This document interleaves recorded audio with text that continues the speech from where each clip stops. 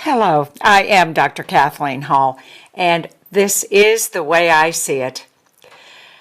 Today, on The Way I See It, I would love to talk to you about maybe, just maybe, you want to drink your life deeply.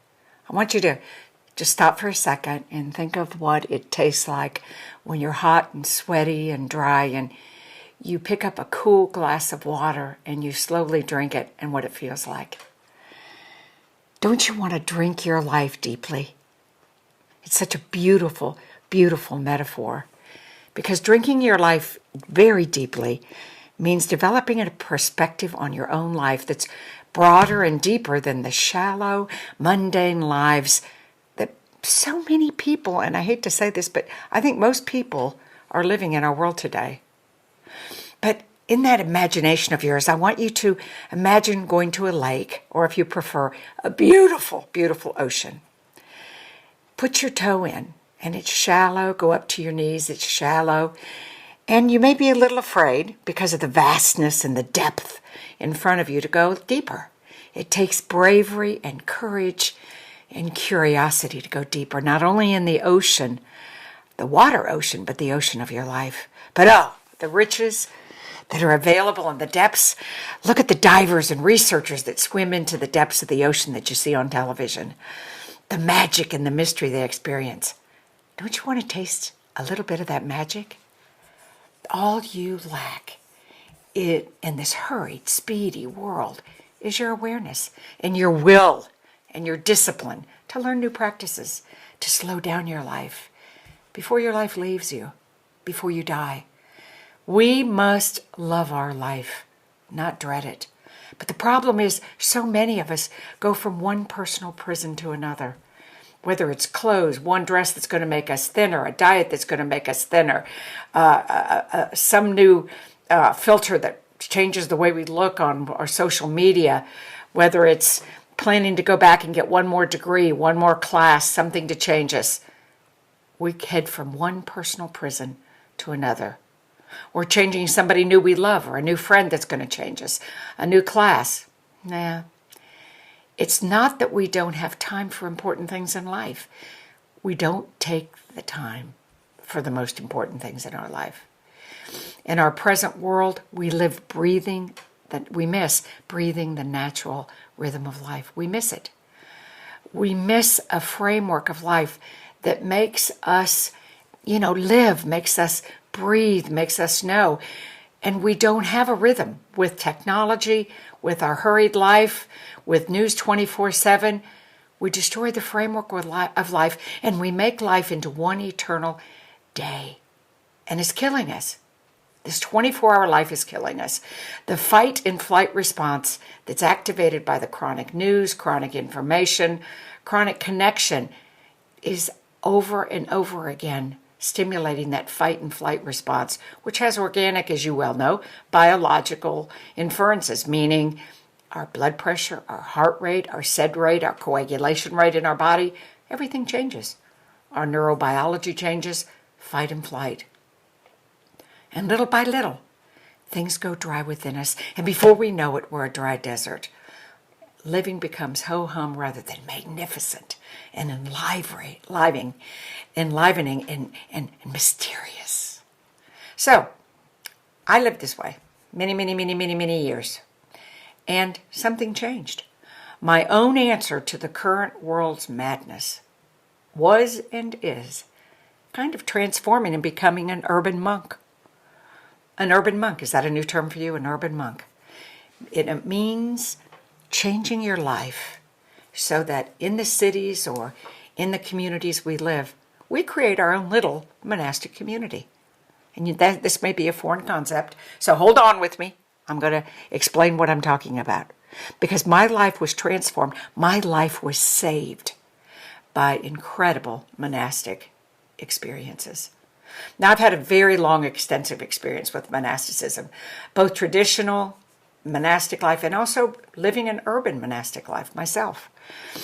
My mother's family was Irish Catholic since forever, and I grew up in a Catholic church, attended Catholic schools, so I was born and bred around a monastic community.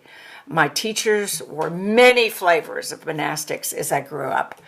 And I was immersed and exposed to different traditions, okay? And for those of you that don't know, being a monastic is in every religion: Sufism, Judaism, Christianity, Hinduism, all the major religions and theologies, Buddhism, and just like the Christian Catholic Church. So I grew up in one that there were Benedictines, which is one, like think of it as Baskin Robbins. One was Benedictine, one was Dominican, one group, one was Franciscan, Jesuits, Cistercians, Trappists, and the list goes on. So I was educated by all these various traditions. So they were all fascinating and very different. And all I remember is these people were brilliant, and they were so filled with love. Instead of what you might think of stern or critical, they were so loving, so curious, and so amazingly brilliant. And each of these groups now, their take on life was very different. So growing up, it was very fascinating. It made me very curious. I actually left the church, the Catholic Church, many decades ago. But the discipline and ritual of growing up in a monastic community is still my taproot. Then I went on later in life and I taught early church history at Emory University. I was a professor of world religions at another university. So I became fascinated with all the brilliant people, philosophies, the books, the manuscripts that were written in these, centuries old places. And these very cool, eccentric people were doing all this work. I thought they were just, boring religious people. Quite the opposite. These people I taught were fully alive, awake, grateful. They lived in wonder and awe every day. I was like, this is the life I want.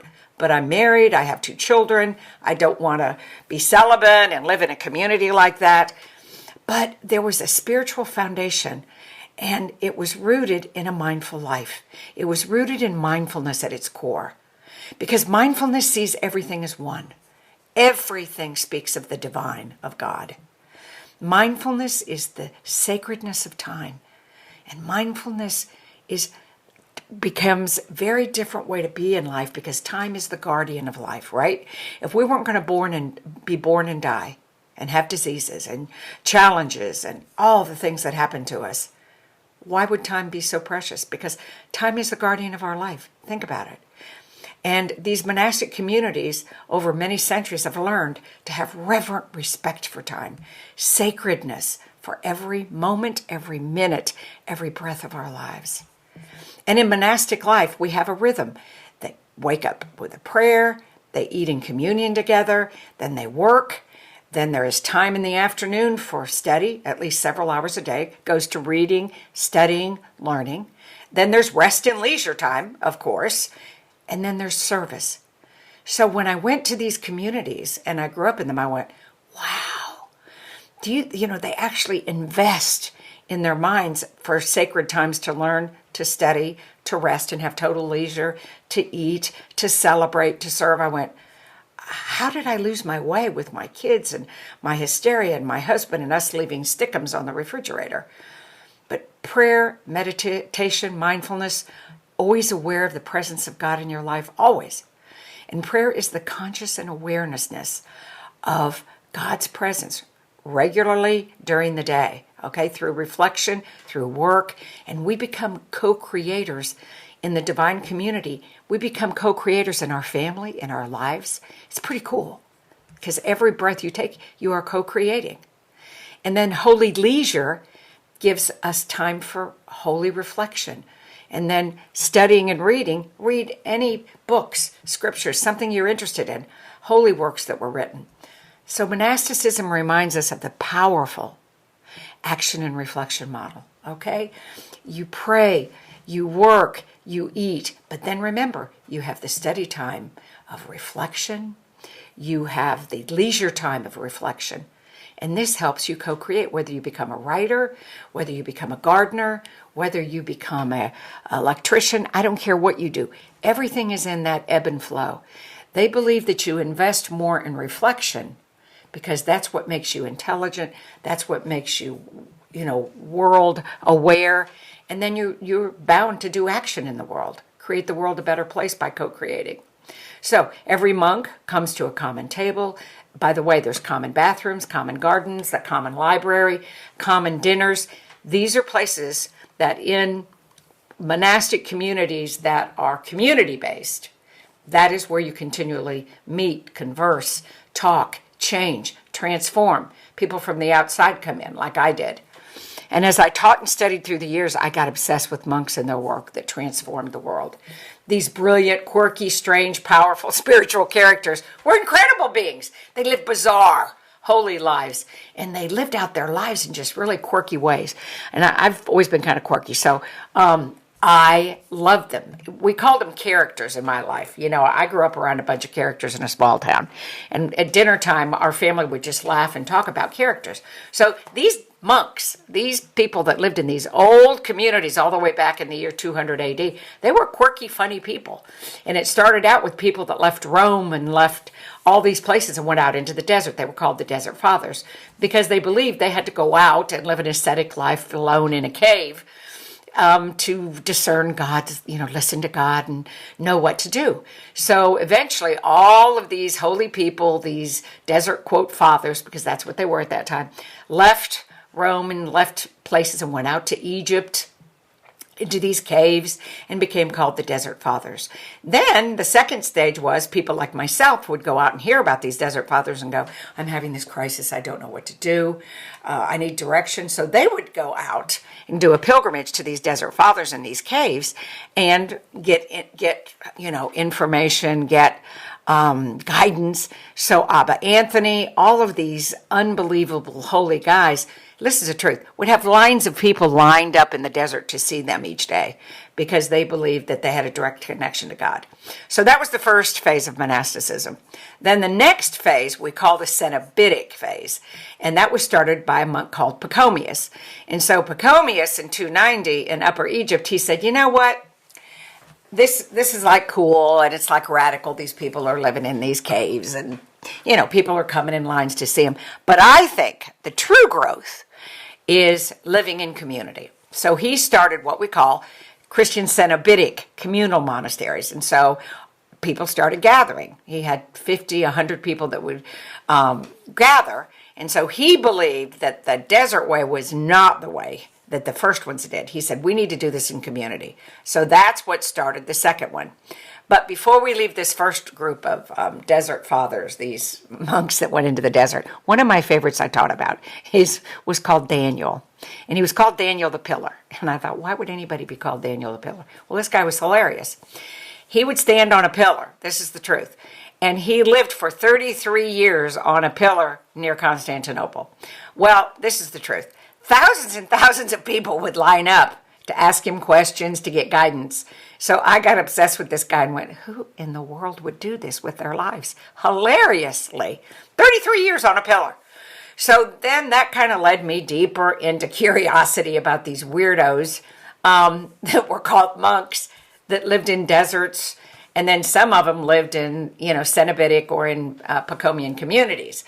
And so anyway, that's kind of how my life started on this adventure. And I was teaching it and I got excited because people think just all these characters, are living today and they don't live in these weird places called monasteries. And one of my favorites, of course, is Thomas Merton. Many of you know him and have read his books. He wrote more than 50 books in a period of 27 years. They were about spirituality, social justice, quiet, pacifism during wars, and scores of essays and reviews. So his work is enduring. He's one of the most famous people on the planet as far as spirituality. He lived in Gethsemane Monastery up in Kentucky, which I got so obsessed with him, I actually went and stayed at the monastery up there and talked to monks that had lived with him and visited his grave. And so anyway, and if you haven't read anything by him, please go look at Thomas Merton's work. They're absolutely amazing. And then another quirky guy that I fell in love with was a German mystic and a theologian and philosopher, and his name was Meister Eckhart. And if you're very spiritual, you may love this or want to know where to start. He was radical, okay? He had a radical philosophy. He saw God in all. Now remember, this is back in 1200. So he saw God in a flower, in a leaf, in a cloud, in a bird. And so his mystical experiences he wrote about were very gorgeous and amazing. I'm telling you, I I don't want to say worshipped him, but I loved his work and taught about him passionately. Anyway, he had a practical spiritual philosophy, and it gave him a huge following back then. Well, guess what? He got tried by the Roman Catholic Church, and during the Inquisition, he was tried for heresy. Of course he would be, right? Because you don't have to go to church or mass or somewhere else. You see it in a mountain. You see God and everything. But anyway, so look him up. I love Meister Eckhart. Another one, I was looking for women. I'm a feminist. Hildegard of Bingen. Oh my God, I love her. St. Hildegard was one of the few prominent women in medieval history. She was one of the 4 women who was named a doctor in the church, meaning that her doctrinal writings have special authority in the church to this day. So she was absolutely amazing. She was a doctor, a writer, a composer, a mystic, a visionary. She was huge into medicine. She was a healer. She had a little hospital. I mean, can you believe this woman? She was a polymath, which means that a polymath knows, that means you're a scholar and a thinker during Renaissance Enlightenment. In science, technology, engineering, mathematics, art. Can you believe this? And arts. She was the junk. She was a genius. I love her. So that's another one you may want to check out. Hildegard of Bingen. She was one of my favorites to teach about. And then someone I happen to know who's living now, her name is Joan Chittister. Okay, she's a must-read. Love her. Benedictine sister. She has over 50 books. Her core, her taproot is spirituality, okay? And she happens to be a Catholic. She happens to be a Benedictine sister. I love this woman. Her books have saved my life more than once. They deal with justice, equality, especially for women. She, again, is one of the spiritual masters of our time, and I love her. But those are just a few I wanted to touch on. Gregory of Nestorius was one of my favorites. Gregory of Nyssa, I'm in love with him still. Anyway, but please, these patristic fathers and mothers or desert fathers and mothers, learn about them. Please don't just isolate them into the Catholic Church. These were radical, cool people. Remember, there was only the Catholic Church. It was the government. It was the institution. There were no Protestants. We're talking about the pre-Reformation, okay? So these were holy people that emerged and did weirdo, cool things that were radical. And a lot of them, got killed or tried for heresy and stuff. So I loved them. They gave their life for what they thought, like I would for sure.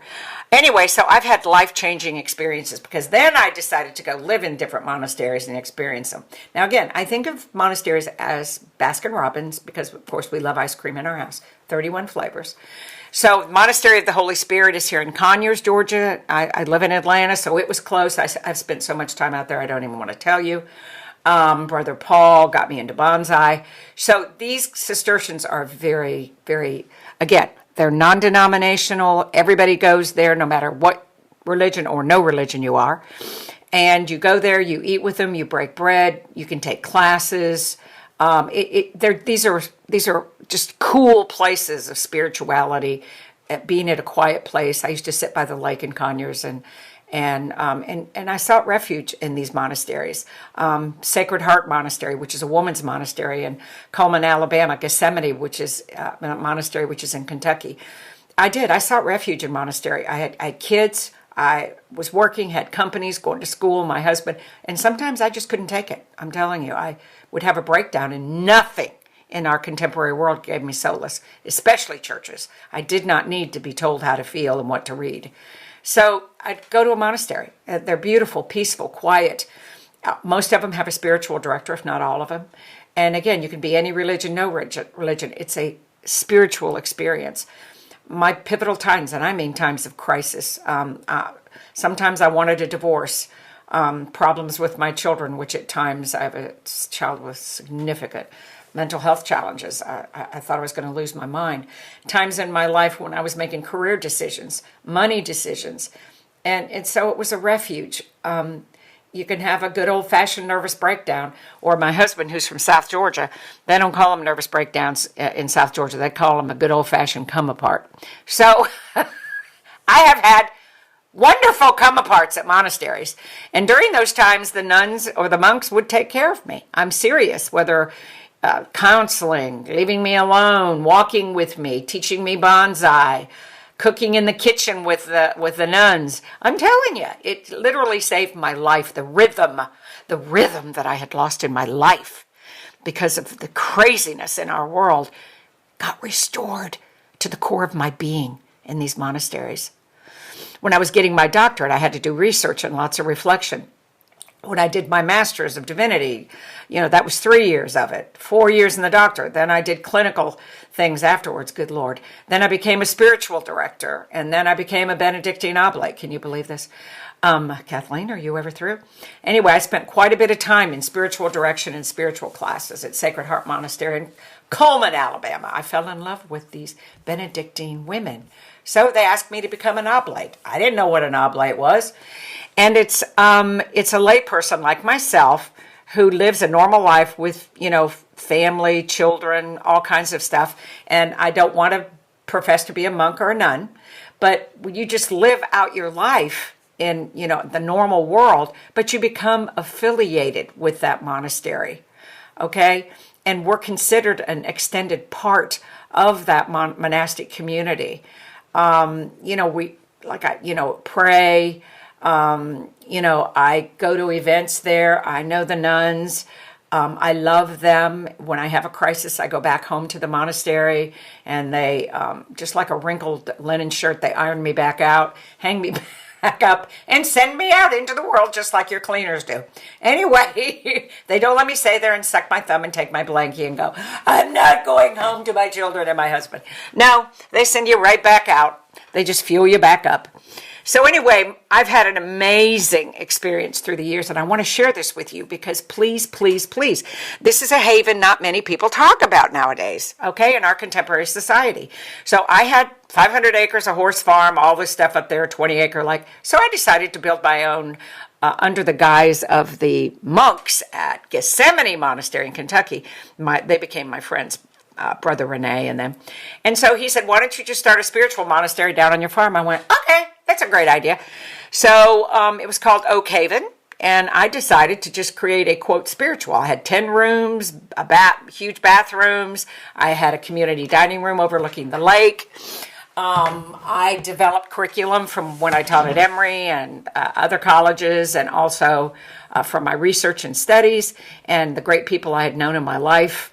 So anyway, and people could come up individually or in groups and actually have a spiritual, not a religious, monastic experience. I did that for many, many, many years.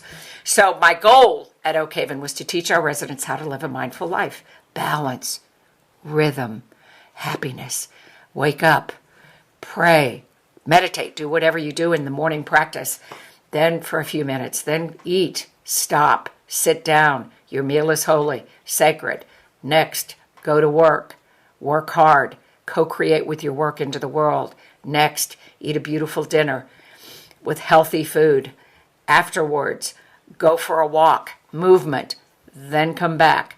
Work maybe for an hour or two. Okay, remember, then comes study for at least an hour or two every single day. If you don't study and learn from other people, reading, watching, observing, then how are you going to change your life? How are you going to grow? And then next is holy leisure. So holy leisure can be in the afternoon or in the evening. It's your time. But then remember, you eat. Everybody eats together. The bell rings. And it was at my monastery too. We all got together. We ate. We dined. And then you surrendered to holy leisure in the night, which is walking, reading, getting together for a meditation class, whatever you do. But that's what I taught. And out of there, my first book I wrote was about this. So for real quickly, we're going to talk about, so you did that at my monastery, but how do you become an urban monk? And how does Beth and Susan and Bill and Tom do this in their home, in the world, whether you live in India, whether you live in Washington, D.C. in the United States, whether you live in China, I don't care where you live, you can become an urban monk yourself, which is pretty cool, right? You can even, like I do at my house here, I even have 7 colored shawls that I wear of the 7 chakras. So I even change when I'm doing my prayer in the morning or in the afternoon. And when I work, I keep it at my desk. So I do rituals that keep me connected back to my urban monk, my own little monastery. Make your home, your condo, your apartment, whatever. It's your monastery, but you got to claim it, okay? So here we go. Number one, the 4 roots to self-care. Okay, you need to do this because the first is serenity. SELF is serenity. E is exercise. L is love. And F is food. Okay, that's like your 4 core roots to your tree of life. You're a tree. You're like an oak tree, baby. So whatever you're taking in, you're creating the fruit, the leaves, you're creating the acorns. And if you're not taking it in, you're not creating it. So 4 roots is what you have. First is S, is serenity. You have to do that root every day, several times a day. Your breath is your first. First way to serenity. Inhale to the count of 4.